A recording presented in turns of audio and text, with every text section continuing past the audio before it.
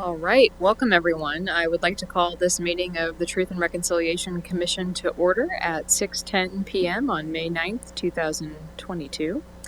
And it is my pleasure, before we approve the minutes, to introduce our new commissioner, Mr. Jerry Sturkey. And we are really pleased to have you with us and would like to give you the opportunity to say hello if you wish. Hello, my name is... All right. My name is Jerry Sturkey. I thank you very much for the opportunity to serve on this commission. I do believe there's a great area of opportunity here in Carlisle to, the term level the playing field gets overused, but I prefer the analogy of just providing what it takes to be even, no matter what side of the block we're standing on. If you're tall, you don't need one. If you're short, like me, you might. So that's kind of my mentality coming into here. But above all else, I'm here to learn and contribute any good, well-serving ideas that I can along the way. But thank you very much for allowing me to learn with you folks as to how we can serve Carlisle better for underrepresented peoples. Thank you. Thank you, and I know we all look forward to learning with you. Next order of business is approval of minutes. We have one set, the March 14th minutes. We're going to go ahead and hold the April minutes until our next meeting when they're available. They were shared in your packet, and I would entertain a motion at this point to approve those minutes. So moved. Thank you. Seconded. Excellent, thank you. Co-Chair Stallworth moved and Commissioner Donaldson seconded. Any questions, amendments? Okay. All in favor of approving the minutes, please say aye. Aye. Any opposed? Excellent, the minutes are approved. And next we have our discussion items, beginning with a work plan update. Tawanda, if you would kindly leave those baskets visible for me, that would be great. I'd love to. Excellent, thank you. Everyone, please feel free to chime in at any time. We gathered at a retreat in April and kind of reconfigured our work plan anew as we had an opportunity to check in and reflect on the work we've done so far and the information that that's given us. And we've developed a plan according to which we're going to be focusing on 6 areas: law enforcement, arts and public education, housing and neighborhood vibrancy, commerce, the future of the committee. So what will the work that we are currently doing look like once our charge has expired? And finally, health and wellness. So those are the 6 subject areas, and those are replacing what we were doing previously, which was we had a community engagement organization, or community engagement group, and we had a research group, and we've kind of reconfigured those into those 6 baskets. So let me pause at this point and ask if anyone has anything they'd like to add or comment on in terms of the evolution from community engagement and research into those 6 topic areas. Will you be itemizing the next 5? I'm sorry? You said that that these 6 are replacing a previous set. Yeah, the previous organization was not topical per se. We had a group that was devoted to engaging the community and generating venues for community members to share their experiences. And we had a group that was devoted to conducting research. And what we realized over the course of our months working is that both groups were really covering these 6 topic areas in one way or another. And that really it made more sense in terms of our division of labor and thinking about our end goal, which is to develop a comprehensive, actionable, thorough final report for Borough Council that would contain items that they might take action on. And so we thought that this reconfiguration would ensure that by the time December 2022 arrives, we will have recommendations in each of those areas. Thank you for that. Just a note about how that work was assigned in terms of some transition that we've had on the commission. This will be Raph's Commissioner Donaldson's final meeting, and he has done some work with the law enforcement basket of this work. And so that work continues in partnering with me as that work goes forward, right? So each basket is two commissioners partnered together to produce recommendations. You might have been getting ready to go here. Oh, go.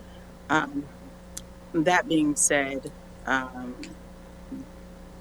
Commissioner Sturkey is just coming onto the commission. It might be helpful to pair him with Commissioner Waterbuck, who's already done some work around commerce. And then the health and wellness basket is currently unassigned, providing opportunity for Commissioner Waterbuck, who was unable to attend the retreat, and for Commissioner Sturkey to make some suggestions on where he sees himself and allow some flexibility in moving around if need be.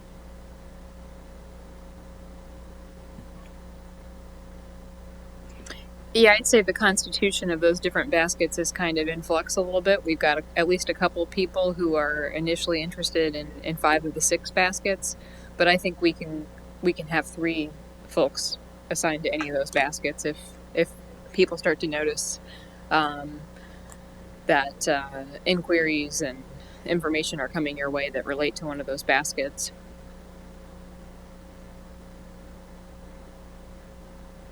Anything else we should add about how the work? Yeah, please. I'm open to suggestion on that, so anybody can hit me via email or after the meeting, so we can not bog down on getting me up to speed. Absolutely. I shared this with you too. This document I just shared it to your hotmail.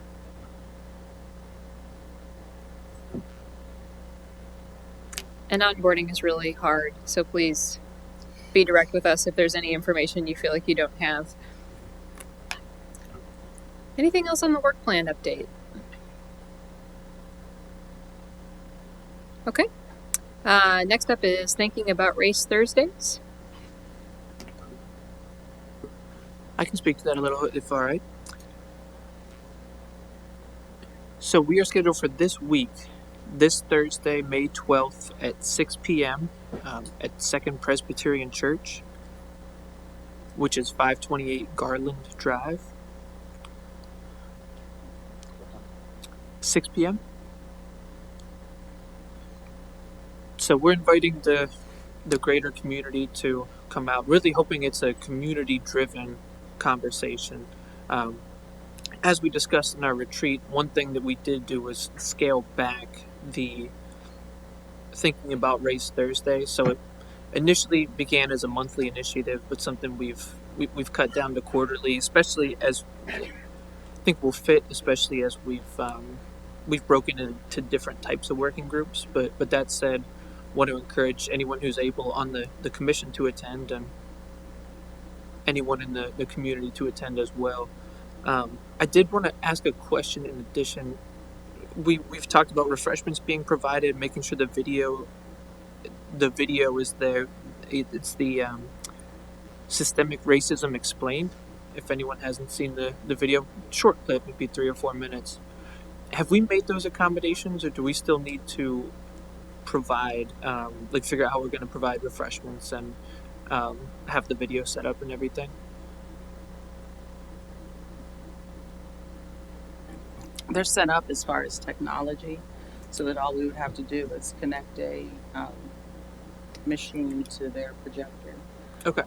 Coincidentally, Pastor Jeff reached out this morning to just kind of go over some last minute logistical details. So anything we might need from them, I told him I would give him a call tomorrow morning, I think, or tomorrow afternoon, to go over some of that. But if we want refreshments or anything like that, then we would probably need to arrange for them to be delivered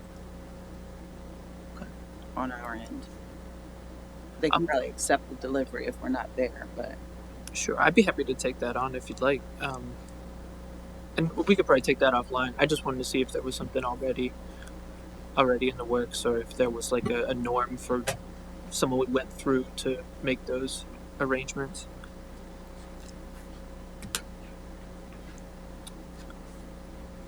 we don't have a purchasing card, so you would just have to be reimbursed.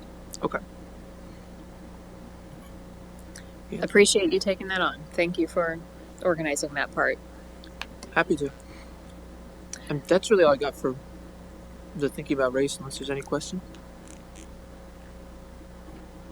Just to add to that, that there was a press release that borough staff, that actually Stephanie drafted up and sent out to her media outlets. I did just get a response from the Sentinel. I think they'll be running it soon. She's like, thanks for sharing this. So, because I hadn't seen it yet, but hopefully that'll be on the paper tomorrow or coming. And thank you, Stephanie. I can't make them run it, but I can. Thank you. Yes, thank you. Much appreciated. Let's see, at this time, are we ready to move on to draft recommendations concerning the law enforcement basket? Ready? Okay. I'll hand things over to Commissioner Donaldson and express my sadness that you're leaving us. This is bittersweet, but this is your last meeting, and we look forward to your recommendations. Sure. Well, there's lots to say about my departure later. So I sent a version to all of our emails, but I brought paper copies because I'm a teacher at heart. So who needs? I need one. You need one. Raz looks like he's responsible. Yeah. All right. So I'll say something general about these. I apologize. I wanted to send them with more advance notice than I did. I sent them early this morning. I had them finished yesterday. I just got into and it didn't get sent out. Anyway, so I want to go over kind of what the recommendations are and what my approach was to them. I'm not super married to any of these recommendations well, there's one I'm very married to, but I'll kind of tell you kind of what my process was. There's lots of interesting things that people have talked about with police reform that are not here, and I'll explain why they're not here. I'm happy to kind of go in that direction. But anyway, kind of as a general overview, I made recommendations that were directly responsive to concerns that were either expressed by Chief Landis in conversations with him, in consultation with other members who consulted, who met with the chief, and we kind of were responding to problems that either came up in those conversations or about other things about practice that we had observed.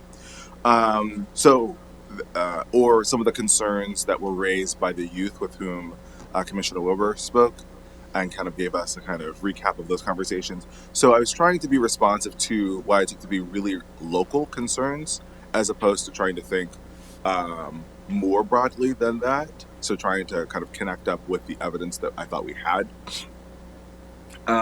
So that's kind of as an overview. So there's kind of more national related type of things that one might have in mind. I didn't kind of take those up. And that was the strategic choice here. So in short, the 5 recommendations I proposed are the following. One is a kind of scholarship program to help with getting a more diverse police force. Second is perhaps providing some type of financial incentives to get officers to live in the borough. Third would be to collect information, race and gender information on arresting officers. Fourth was to make sure that patrolling decisions are actually made on the basis of quantitative data. And fifth is basically and this may be moot, and we can talk to Mayor Schultz about this. Basically, to make sure that information about arrests, though it's stored, isn't kind of up on a public website for too long. So one thing I noticed, at least with the old system, and you've mentioned that there's a new system that they'll have, and I don't know what it will look like, but the system that exists now, it basically has 100 pages of arrests. And so what that means practically is it goes back several years, because there aren't that many people and that many arrests in Carlisle, thankfully. So people could have things up there for years, even if they were never convicted of anything. And that seems like that's a problem. And so whatever system we have that's similar, if there's some similar thing that has like a kind of record of arrests that occur in the borough, that those kind of be retired after a certain amount of time, but in the interest of people's privacy. So those are the recommendations, kind of in short. And so I guess the last thing I'll say is what I kind of thought. I tried to think about what the template for what the actual report might look like. And, by all means, we can do something different. But I thought maybe the way that we do it is kind of how I've written it up, where we'd have a section that's about something, and then we'd have the recommendations and a kind of brief explainer, both justifying and it's kind of further detailing what the recommendation is. And I thought that might be a good model for kind of how we go forward, but again, it's all kind of up for grabs. One last thing is you'll notice there's a lot of claims like research shows X, Y, or Z, and there's not like citations. I thought depending on what actually gets accepted, then I'm happy to do the legwork and actually put in citations. But I thought we don't know what's accepted. I'm not going to go through all the work of doing that. But I'm happy to do that. Those are the recommendations. Maybe one of the chairs wants to figure out what's the best way to move forward in terms of how we want to discuss things. Yeah, a question I have for the group is, we've called these draft recommendations. Do we want our process to be that we collect draft recommendations and pass them as they come in, or do we want to wait until we have a final report mostly put together and then pass them then? One reason I can see for not taking a vote on these recommendations today is that it may be the case that as the other subject areas are more researched, there are some overlapping recommendations and some things that might be bundled. And so we may want to collect all of our draft recommendations and then kind of streamline them and vote on one whole package. There's nothing to say that if we vote on them today, we can't vote to repeal them or consolidate them as time goes on. But let me put that question forward for the group to consider. Should our general process be consider and vote as the subject areas come in, or collect and wait until we get nearer to the end of our time? Before anyone answers on that, please get me up to speed. These are masterfully done and concisely researched. But how did we decide on these 5 initiatives? I'm just trying to understand where that came from. Yeah, so we haven't decided anything yet. Instead, what happened is I came up with some recommendations as the kind of point person on here. And how I came up with these recommendations was in part in consultation. So there was a meeting. There was a couple of meetings of the research group. And so one of the first things that I did is just do some research on what is going on actually at the department. So like what is the composition of the police department? So that's one thing that I kind of researched and found out, like, what is arrest data like, and like what are patterns that I see when I look at it. So that was thing one that I did, and I noticed and reported back to the research group, this group is disproportionately white and male. So that's and everyone seemed to be in agreement that seems like something to be remedied if possible. And then the second thing that happened is that a couple of members of not just the research group, because Commissioner Wilbur is on both groups, met with the chief and had some conversations about, what are diversity and just frankly race-related issues that the chief felt like were going on, and between what was said and what was unsaid, that group kind of noted some things that we thought were problems.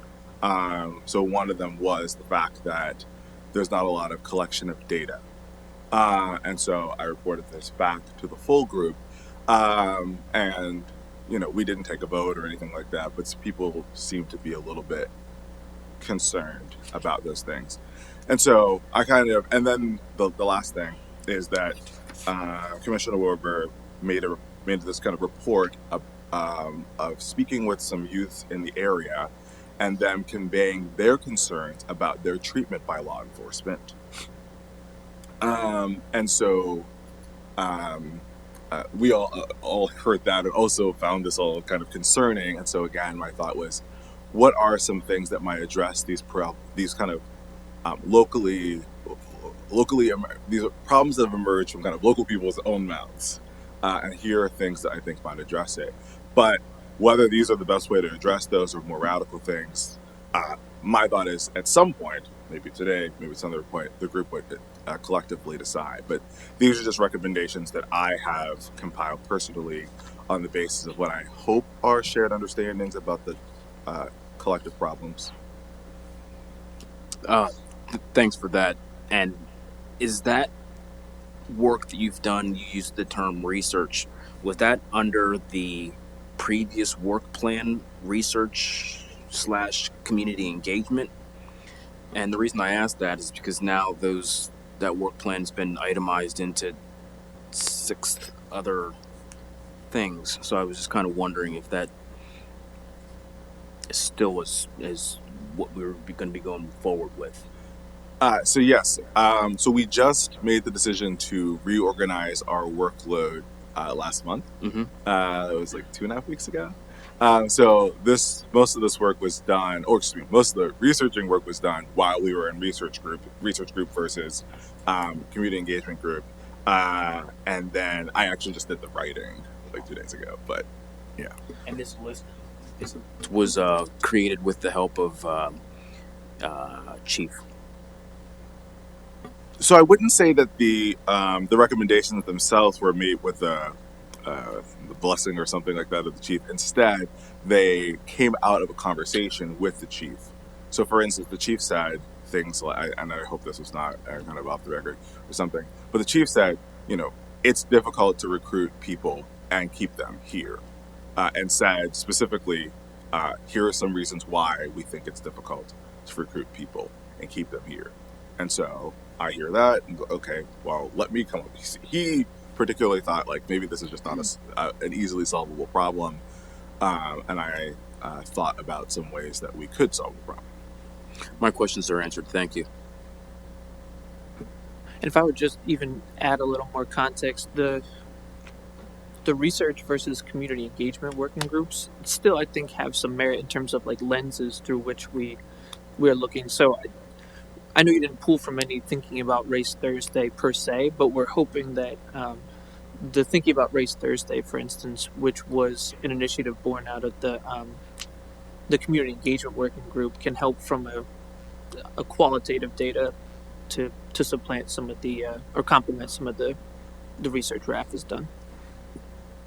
I want to second that. That was well put, and just to emphasize that I think the major reason for the collapse of the 2 groups into the subject areas is that we had the realization that there are lots of different ways to conduct research, and there are lots of different ways to engage the community. And really, both the research group and the community engagement group were doing research and community engagement. And so really, these recommendations are coming from both of those sources, and that's probably something we can expect to see from future reports on the other subject areas. I also want to really commend you, Raf. This is beautifully put together and a super helpful template as we start to move into this phase of our work. Thank you.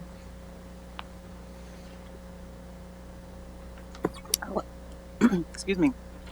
I'll echo that. Just that this is comprehensive and really, I think it's our wheels moving in a policy recommendation sort of fashion. I just want to revisit what Commissioner Callahan suggested about keeping them in draft form, and I think that I think that's a really good idea, to keep them in draft form until we maybe see that there's not going to be an overlap. And just looking at the baskets, I could see where there could be some overlap between law enforcement and housing, right, or neighborhoods, and yeah. So I'm not super comfortable with like nixing anything right now. I think until that gets figured out. Did you want to have more conversation on that, or can I? I just have one question about the one recommendation. I just wanted to make sure that we were clear on what we were doing here today, because I think that we didn't really settle that question, and I wanted to make sure that nobody was coming into this meeting thinking we're definitely going to vote on these and they're going to end up in the final report. I think this is certainly an opportunity to especially ask Raph questions, since this is his last meeting. But it sounds like maybe there's some emerging consensus that we're going to keep these in draft form until the end and vote on them in their final form then. I'm good with that. I want to raise two quick questions about that. I mean, I don't have any opposition, and we all know that. I've handed this over to you all now to be continue to be the stewards. So two things. Thing one is I just worry about what the schedule looks like if we do this for all of them. So we didn't schedule like another meeting for having like a vote on all the proposals. So there'll have to be some thought about how that will work timing wise. Second thing I was going to just throw out, and it may be well that we just say we put that in draft form too, but there are some slightly more radical things that did not make it in, but I thought might be worth thinking about at the very least. Because again, my strategy was, here are things that we kind of have already talked about that have kind of emerged from local people's mouths. And I'm just like, other sorts of things, I haven't heard people say this is a problem. Strikes me as perhaps a problem, but I'm not going to, But I was thinking, if there are things that are like that are a bit more contentious, I'll mention what those are in a moment. I don't know if you want to save, if there are things that get to be very contentious, if you want to save that all for the end, because it may take a long time to get to it. So it dovetails with the first concern. With regard to the first concern, we do have, just in that rough timeline, October is kind of flexish. Right, the flex dates. Yeah, and October would also be the thinking about race Thursday, and so I think there's some flex in working time in there.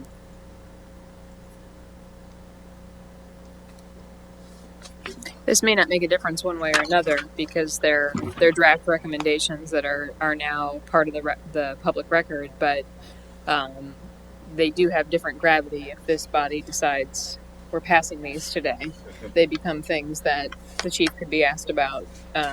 Right now, they are things that we're considering as candidate recommendations, but they aren't things that we're recommending yet. So we might want to consider the gravity of taking that action and whether it would be a good thing to do that. And I would further suggest you keep them in draft form and wait until, a later time to pass them. Sorry. Just one thing and it also gives us an opportunity to collect a little bit more feedback.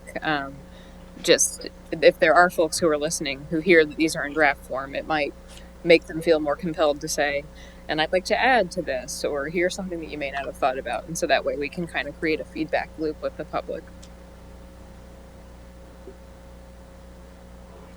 Are we then saying that this draft, that they're entered into public record as draft?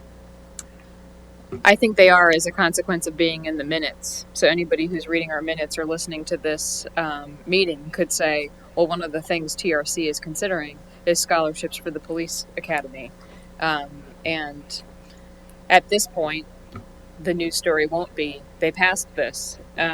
It will be, they're considering it. And so members of the community can say, hey, I just moved from a place where they did that, and here's something that you may not be thinking about, or whatever comes about.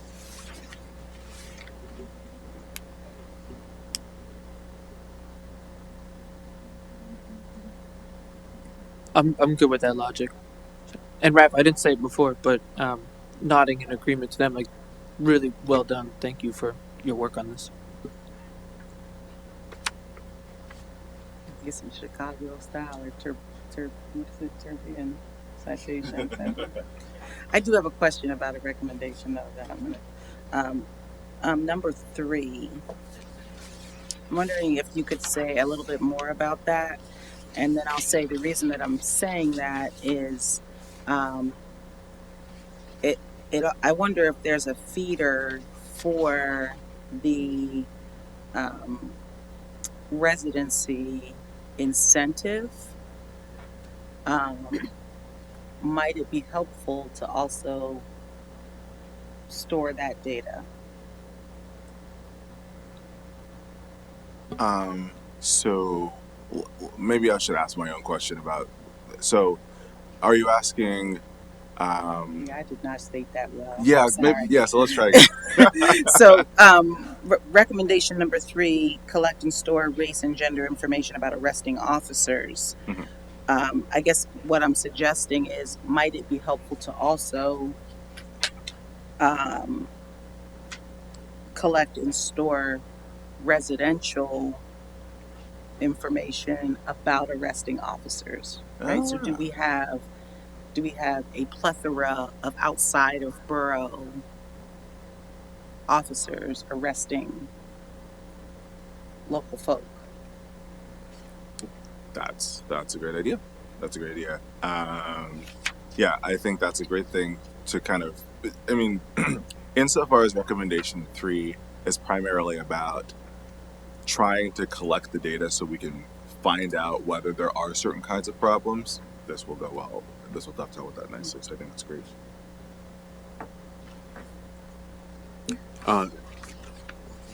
How specific would you be with that information inside a borough? They live outside of the borough.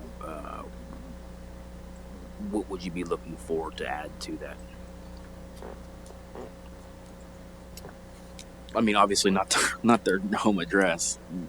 Right, but Right. I would say that just their municipality of residence, whether that's North Middleton Township, Mount Holly Springs, Newville Borough, West Pennsboro. Where do they? Yeah, I think in earlier conversations there's been some residency sort of conversation around, having officers that don't live in the borough policing the borough. It's almost like, so yeah.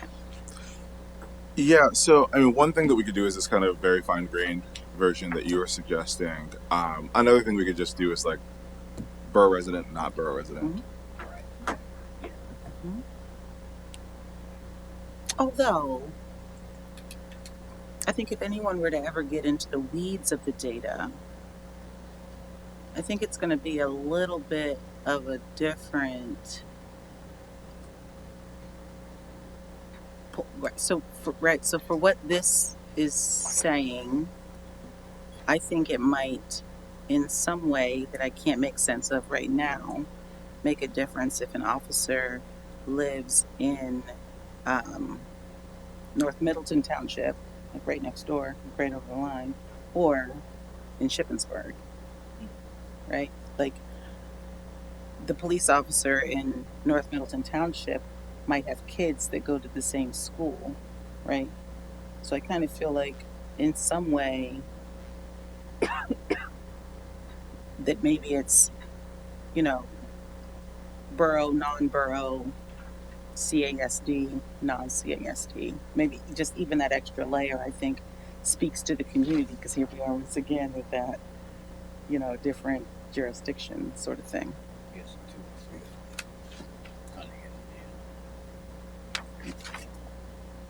Yeah. It's great.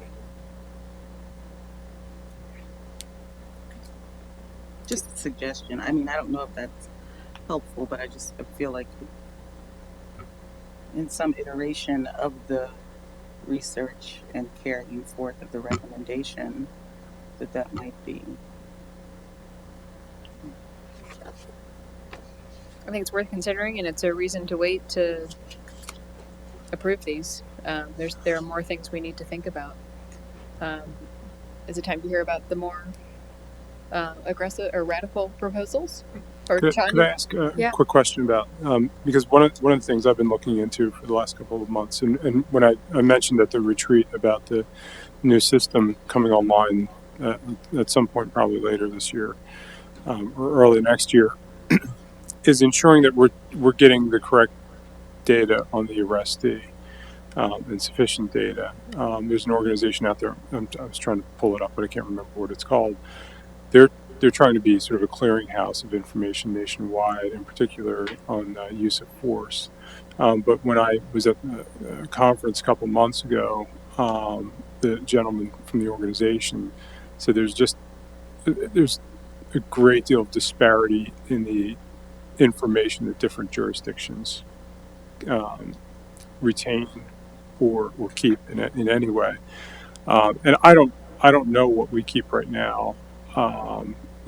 With any sort of breadth of knowledge of what data we keep right now. But I'm wondering if there's some good standard out there, and I know you haven't really filled in all the details yet, but I imagine somewhere, I know California has regulations on it, and I imagine other states have regulations on the data. But what's the sort of the holy grail of that data? And I think it kind of feeds a little bit into 3, but in 3 you're looking more toward the officer than toward the arrestee. Yeah, there's a lot of really good questions there. So I don't know what people think is the gold standard, but there's all kinds of things from standard things like race, gender, and age. Certainly, and there's a difference between like what's collected and disseminated to the public versus what's collected, because obviously what you usually collect when you do a full arrest, of course, is a bunch of information to uniquely identify that person, but you typically don't give all that information over that you publicly disseminate, and so without FOIA request, I don't know everything that we actually collect. But right now, what is both collected and publicly disseminated through Crime Watch is the date of the arrest, where the arrest takes place, a picture of the arrestee, and their race and gender. That's what's collected. But other places also like to collect information about whether the person is armed or not.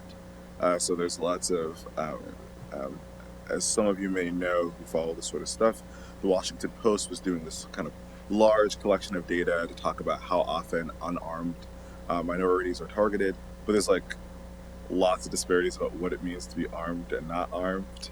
And police departments often don't have any standardized way of talking about that, besides like people rummaging through actual police reports.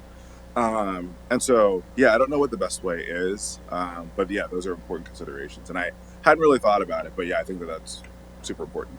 And I also wonder if there's an opportunity to collect data to better contextualize the interactions, especially in use of force, because use of force is a spectrum, right? And I imagine we're not keeping data that specifies sort of what level of use of force may occur at an arrest or interaction with an officer.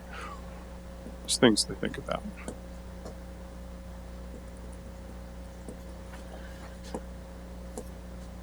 I think a related question to that too is, and this came up in some health equity work that I did with healthcare providers, providing race information, or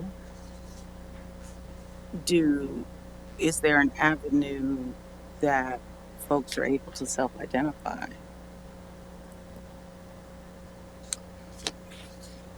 That's a good question as well. Yeah, I don't. That's tricky. Yeah, it is. Yeah. To that point, what's more important to know, how the person may self-identify or how the officer identifies them? Or maybe both are important to know. But I would imagine how the officer identifies that person would probably be more important to that interaction than how the person self-identifies. Mhm.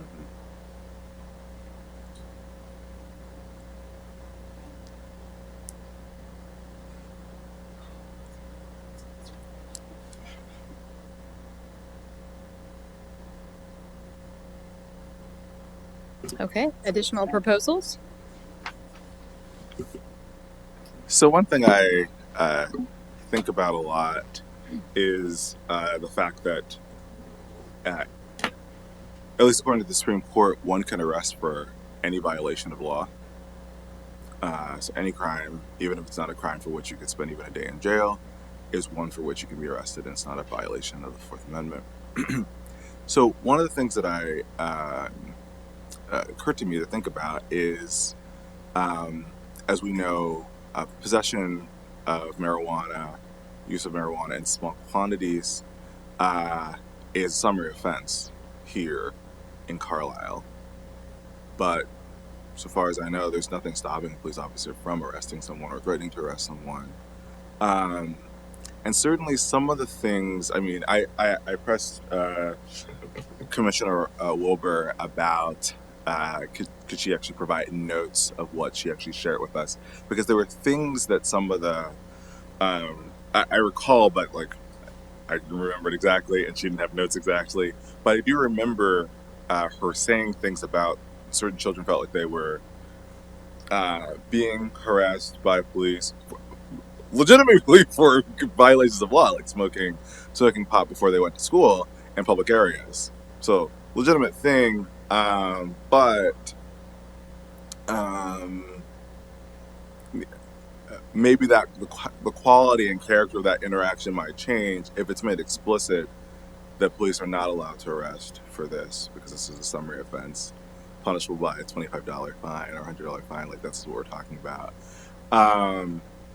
And so made it clear arrests are off the table. So that was something that's slightly more controversial than this sorts of things. And it doesn't, and it's not kind of very directly tied to what people have said, but kind of another thing I kind of thought about, like maybe we should table this arresting. I could say more about that, but I'll just leave it there for now.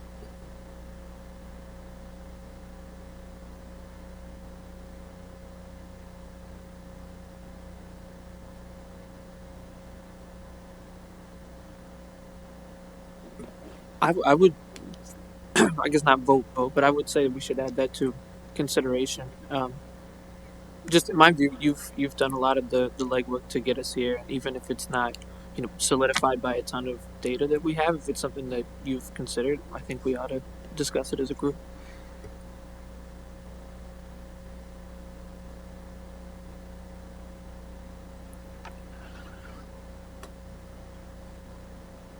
Are there other decriminalized things that would fall into that? I guess pretty much anything that's a summary offense. But then my question would be, disorderly conduct is also a summary offense. So, and that's like the go-to when someone like can't control someone. So you arrest them and then you end up charging them with disorderly conduct. And I will also say I think that's an overused charge. I think it's taken. I think it's yes. I think it's overused, and I think that I don't know. Is there a way that you limit an officer to 3 DOs? Per year? Like, I mean, just throwing things on the table. Like, how do you account for that? If I could speak to that, I have recent personal experience, not me or anybody in my house, but a neighbor. Um, I think the instances of somebody being arrested for disorderly conduct um, before they've had several warnings and citations to that effect, I think those are pretty rare. Um, I don't know about the possession of small amount um, that Mr. D- Donaldson was speaking to, but in particular, the example of disorderly conduct, I think that we'll find pretty small data of people actually being arrested for that on their first term.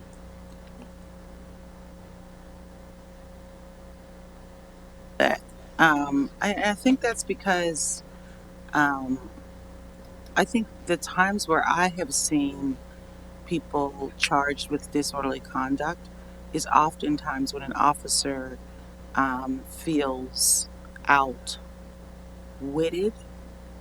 or unable to um, culturally converse with someone and they feel out of control in the situation. And so arresting someone, it the way that I've heard it is if you don't calm down, I'm going to arrest you for disorderly conduct. When calming down isn't the problem, or the person has every right to be upset, um, or right. So I feel like it's used as a mechanism of control, and I feel like it's overused in that way. And that if an officer feels like that's where they have to resort to, that there has to be something on the other side of that besides being able to go in front of the MDJ and fight it, right? Like there has to be some sort of buffer or um, accountability piece or review piece, or right, so that it's not merely a high level interaction where the officer just needs to put their foot down.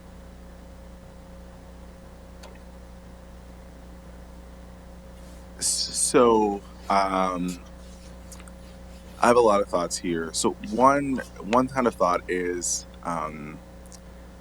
one thing that police do is just control public space. Who can use public space?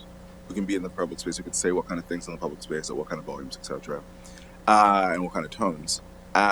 And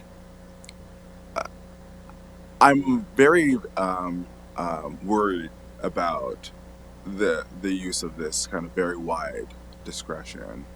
Um, so I worry about this offense at all, disorderly conduct. Like if you're threatening to touch someone when you shouldn't, you're battering someone, that's one thing. If you're trespassing on someone else's property, that's one thing. Like there are other kinds of crimes. So maybe I'll put it even more broadly. The Supreme Court struck down a collection of laws called vagrancy laws, were another kind of way of controlling public space. And they struck those down as being unconstitutionally vague, 1969. But then that just kind of shifted. We don't have vagrancy laws, but now there are loitering and disorderly conduct laws. There are these vague things that basically mean anything that you want them to. And so I just worry about this. So if there's not some more general or more specific wrong the person's committing, I worry about using arrest and about these being used rarely. The data doesn't really suggest these are used rarely. Um, it's charged all the time for all kinds of reasons. And the threat is the thing to kind of pull it back to the thing that I actually heard from Carlisle residents. It's this kind of threat of arresting people for things that we have already as a community said, this is not the kind of thing you should be in jail about. That's what I'm really worried about. So I just think we've already collectively made a decision about how much time in jail you should spend for certain kinds of things. And if we said you should pay $25, you should be in jail instead. And for a bit of clarification, the experience that I was speaking to, maybe the caveat was that this individual was on his own property, but he received just short of about a dozen calls. So that's where I'm getting my data. But if you have data to reflect otherwise, then not only would I be happy to see that, but I stand corrected.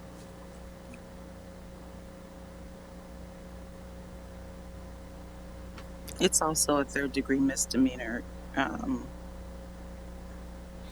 So, and that's the officer's decision to charge as a misdemeanor or a summary offense or not at all, right? Well, so what I gather is that about summary offenses is that you correct me if I'm wrong about this since you're the actual mayor. But what I gather is that the many things that are called summary offenses are like 8th degree misdemeanors under Pennsylvania law. Like that's what they are. Am I right about that, or are they actually their own class? A summary offense is its own class. Okay, so it's not 8th degree misdemeanors, so the $25 fines. Okay, right. Good to know. But there's also a disorderly conduct that is a third degree misdemeanor. So the possession of small amounts of marijuana is now, there's a misdemeanor, there's a summary offense. An officer can still choose to charge one or the other. That's another example. I see. Yeah, which is why I keep pleading with people not to say we decriminalized possession of small amounts of marijuana, because we actually did not. We just created another graded offense, a lower graded offense, that the officers can use instead, but it's their discretion. Yeah. That seems like something that should be changed. I think this discretion thing is really annoying. That takes state law to change that, to change the misdemeanor. Yeah. Right. Now, could the borough direct its officers to make certain decisions and not others? I don't know that we could, because the officers are authorized by state law to enforce state law. I don't know if legally we could tell them not to enforce state law. I'm not sure. That's an I don't know, really. Yeah. Well, what's the process? I'm sorry. What's the process for when charges are filed and the officer has made the decision to go with the misdemeanor charge as opposed to the summary offense, where the accountability for that lies within the department? Yeah, and it's probably a bad example because the reality, based on the data that we had when we considered creating that summary offense, was that people were, with maybe one exception over, I forget, a 5-year period, people were not being arrested for possession of small amounts of marijuana. They were being arrested for something greater than that, and that small possession was just tacked on. And so there's that. I'm going to go off on a bit of a tangent here.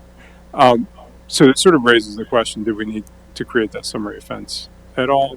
It's better probably to have that than not, I suppose. But when it comes to the officer's discretion, when are they deciding to choose one over the other? It's probably nothing more than that. We may have potentially, and we'll see as the data plays out, created more or caused more people to be cited for small possession, generally speaking, both the misdemeanor and the summary offense, because it's now probably easier for an officer to cite someone for small possession summary because not a misdemeanor. They're not, it's not a potential potential for incarceration for that individual. It's easier for them to just say, you're just being a nuisance and you have a small possession. I'm going to cite you for something, and that now there's a $25 fine. Where before they probably would look the other way. And anecdotally, I know there were times where officers are on the scene of one incident and there are people sitting on the porch smoking marijuana, and officers move on, right? So I don't think we're going to see. I think what we will see as the data plays out is that those summary offenses are being charged in cases where the person's being a nuisance to a neighbor or something like that, which is then sort of turns into the disorderly conduct discussion we were just having, right? And how are those crimes being used, the summary offenses?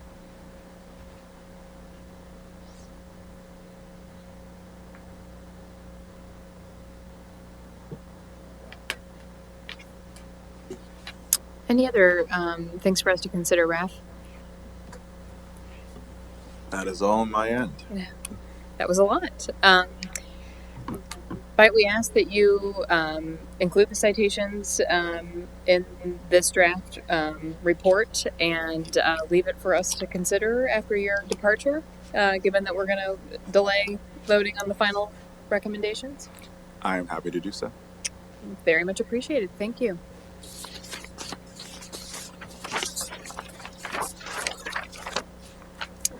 Let's see. Next up, we have Division of Labor. Is there more to say beyond our preliminary discussion of the work plan update?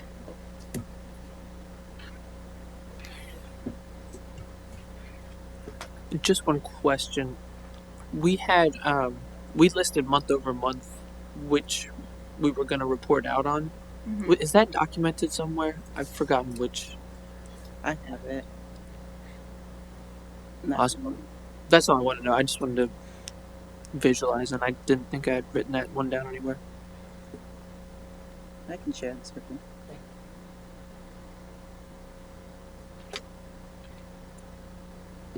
Tawana, would you mind reviewing the schedule? I would love to.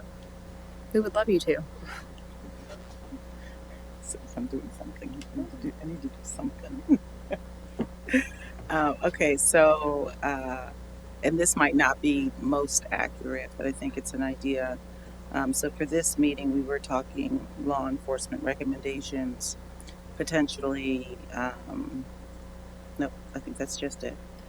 For June, we would be talking arts and public ed and any carryover from this meeting, as well as revisiting the committee assignments, basket assignments, and possibly having some conversation on whether an extension on the December 31st deadline is appropriate.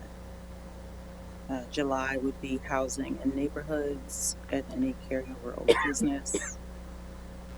The August meeting would be commerce and old business. September, health and wellness and old business. October, Indigenous Peoples Day, Flex Day. November, Chief Diversity Officer, formation of this committee, continuing of town halls, etc. December 12th, report for meaningful recommendations for Borough Council. Can I just add for Jerry's benefit, one of the things we're thinking about as a final recommendation is that the borough hires a position along the lines of a chief diversity officer to help coordinate and carry on the work of the commission. So that position kind of falls under the basket that we were calling future of this committee and its work. In flux, but we're considering something like a chief diversity officer.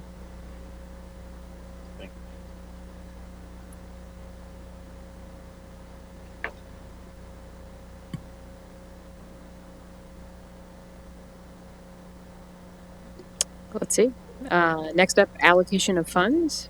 Anything to share or report on this item?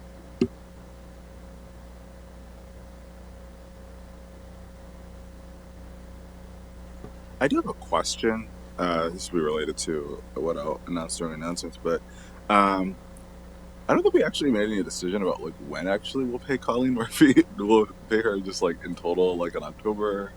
She's meeting with us this month, though. I don't know if that's odd to like wait until October, but yeah, I just remembered that. I would see if she can just get us an invoice. Might be the best way, and then we can just forward the invoice over. I think that would be a little bit odd for her because typically when you receive an honorarium, like it's an award, a grant. It's not, these are my services and this is what they cost. So I would consider like maybe doing 2 payments, one by a certain date and then another after she's rendered. I mean, again, we're getting back to the services talk, but after her work with us is done. Then maybe we just need to make that request in writing to the borough manager. And maybe you want that to be your last official. I'm squeezing everything else out. I see. Good. I will. You probably have the language for what's actually going to be taking place on both of those days. Yeah. I can write something up. Excellent, thank you. And then you'll provide us with another wonderful template for how to do something. Other questions about allocations of funds, budget questions?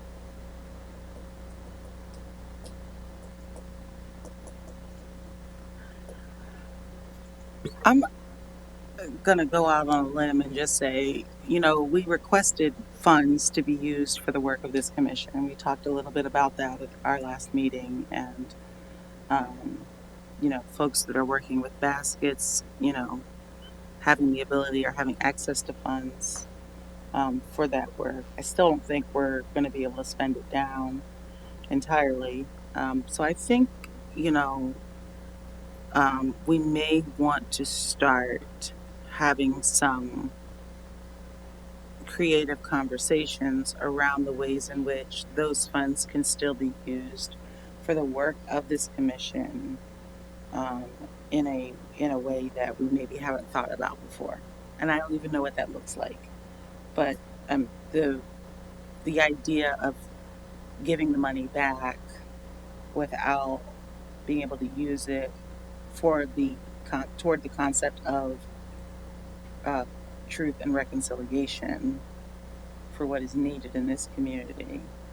I think, I'll just say it again, maybe we want to start thinking creatively about what the usage of that can look like if we're not using it for a social scientist, or we're not using it for this, or we're not, and not to just pick anything, right? But like, I'm encouraging us to give ourselves permission to think creatively about the ways in which that can be used for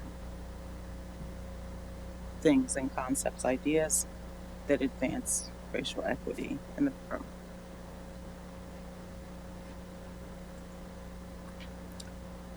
I think that as our workflow changes and more people are doing concentrated work in topic areas, some needs might emerge that would be worthy, that our fellow Carlilians would feel were good and appropriate uses of the funds. So I say let's see how the work on the other 5 baskets shakes out, and if something emerges. And where would I or anybody else in the community, for that matter, find record of those funds and what is in that kitty? In our OneDrive, we do have the budget, which I can share with you. Do you have the carlislepa.org email address in the setup? So right in our main TRC folder, we have, this is still listed as proposed budget, so it's missing a few things, but here's how we've portioned everything. and that's accessible where?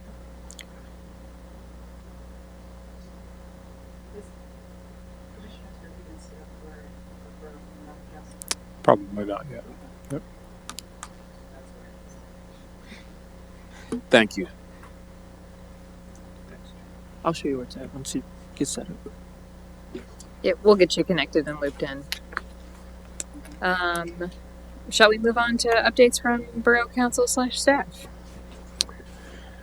Just a couple real quick things. We have our abbreviated goal planning session that will be taking place June 1st, Wednesday, June 1st at 5:30. I say abbreviated because we chose to do, rather than taking several hours on a weekend doing goal planning, we chose to just do a real quick update to our goal planning, because in the fall we're going to do strategic planning.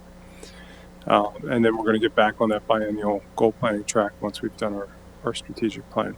I don't have a date for the strategic planning yet. We're still nailing things down with the facilitator.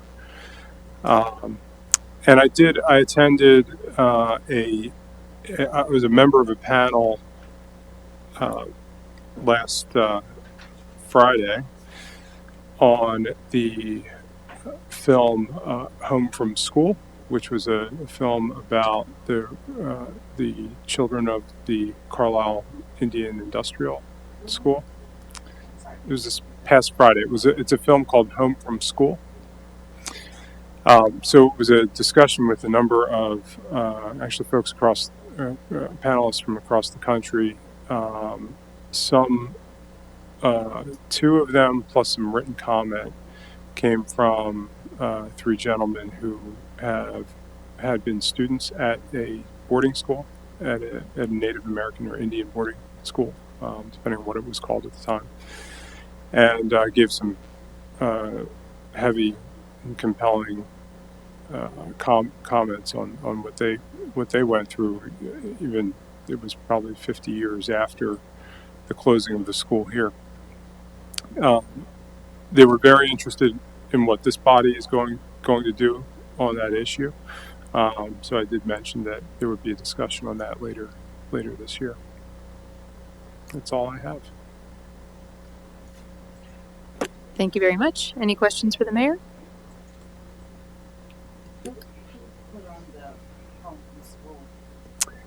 An organization called Antonaka. It is based out of New York, and it was done in partnership with Caldera Productions, which is the production company that produced that film. And I forget which tribe the facilitator was from. I'm drawing a blank on it. But there were a number of members of tribes from the Midwest on the panel.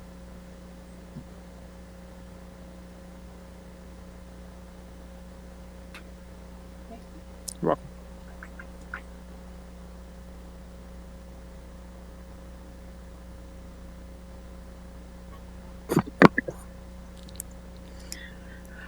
Now at the portion of our meeting where we will invite public comment. Community members are asked to give their name and address for the record and to keep their comments to a minimum of 3 to 5 minutes.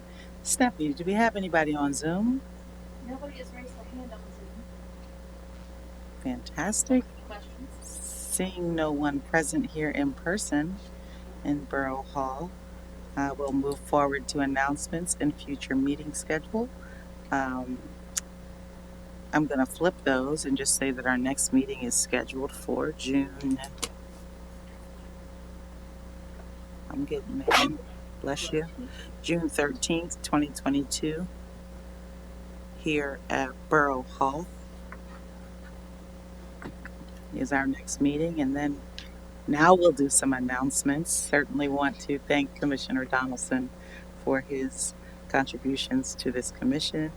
And if any of our faithful watchers are watching, they'll know that they'll be wondering, in truth and transparency, if I am being honest in my in my rhetoric right now. And certainly have appreciated the ability to be able to have hard conversations and be in hard places when it comes to this work with you. And I appreciate being able to move forward and beyond that in the name of the work, and in the name of doing what we need to do for our community. So I appreciate you, and I thank you for all that you have done for this commission and for this community as well. And I have your number, and I will be texting you um, after you leave to make sure that we have everything that we need for our report, and also to talk food and drink with you as well. Thank you. Thank you, thank you. It's been really wonderful to be part of this commission and part of this community. Yeah, I look forward to the wonderful things that are yet to come. I have my own brief announcements. So as we all know, we have a meeting scheduled with Colleen Murphy in order to ask questions and get her insight as an expert on truth and reconciliation matters. We haven't set up the Zoom precisely, and I'm happy to do with respect to that. It's on the 26th, I believe. I will double check that, but I believe that is what we. That's what I have in my notes. Right. Okay. So I think one thing that we might want to all do in preparation is maybe think about like maybe 2 or 3 questions each that we might have for, so that we feel like we are spending the borough's money well. Yeah. So that's all that I have in terms of announcements. Yeah. So I will see you all on the 26th, if not before. Do we have a time? So I believe it is 7 o'clock, but that. Yeah. I'm sorry. Is that? You said May. Did someone else have that time? So I think probably the best thing to do is to for me not to tell you the wrong time that you put all into your calendars, and I'll cede the floor for a moment and look through my emails and then get back to you all.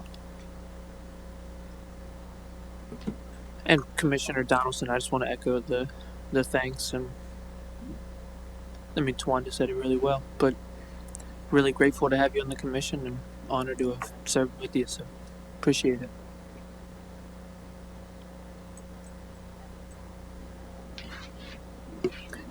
We can make an announcement about that time later, and it's actually not open to the public. Correct. So we can sort that out later. That's a learning opportunity, a professional development opportunity for the commission that at which no action will be taken on any items.